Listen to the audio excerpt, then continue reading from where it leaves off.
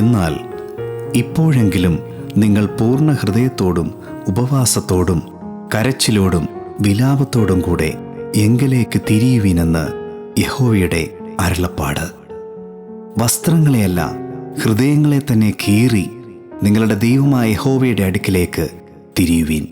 അവൻ കൃപയും കരുണയും ദീർഘക്ഷമയും മഹാദയാലുവുമല്ലോ. അവൻ അനർത്ഥത്തെക്കുറിച്ച് അനുതപിക്കും. പ്രിയമുള്ളവരെ, മാനസാന്തരത്തിൻ്റെയും പുതുക്കത്തിൻ്റെയും ദൈവത്തിലേക്കുള്ള തിരിച്ചുവരവിൻ്റെയും ഒരു വിശുദ്ധയാത്ര ആരംഭിക്കുന്നു.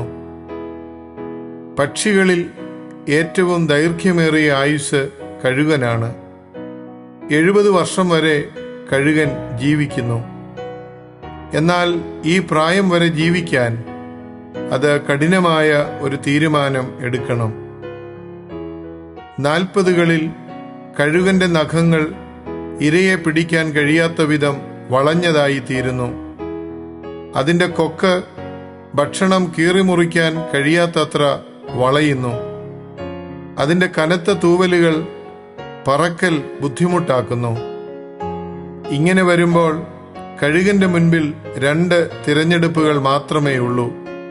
ഒന്നുകിൽ മരിക്കുക, അല്ലെങ്കിൽ മാറ്റത്തിന് വിധേയമാവുക.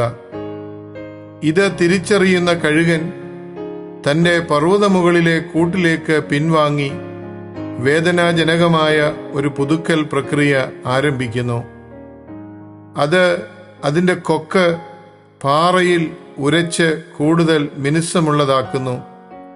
പുതിയത് വളരാൻ കാത്തിരിക്കുന്നു. പഴയ നഖങ്ങൾ പിഴുതെടുക്കുന്നു. അതിൻ്റെ കനമേറിയ പഴയ തൂവലുകൾ ഓരോന്നായി പറിച്ചെടുക്കുന്നു.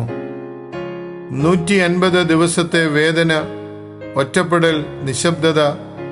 എന്നാൽ ഈ പ്രക്രിയ പൂർത്തിയാകുമ്പോൾ കഴുകൻ വീണ്ടും കൂടുതൽ ശക്തിയോടെ പറന്നുയരുന്നു. പിന്നീടത് കൂടുതൽ വർഷങ്ങൾ ജീവിക്കുന്നു.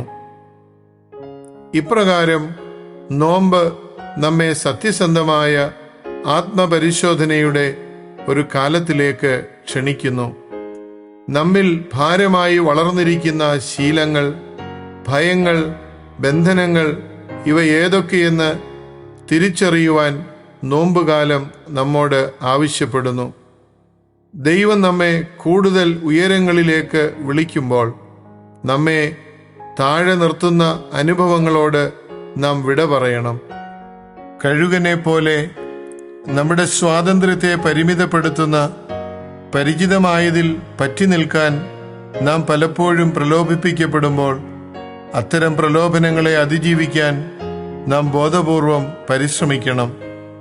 എന്നാൽ ഈ പ്രക്രിയ വേദനാജനകമാണ്.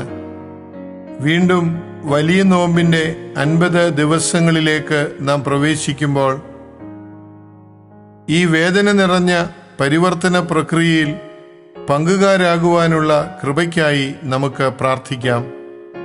ഉപേക്ഷിക്കാനുള്ള ധൈര്യമുള്ളവർക്ക് മാത്രമേ പുതിയത് നേടിയെടുക്കുവാൻ സാധിക്കുകയുള്ളൂ.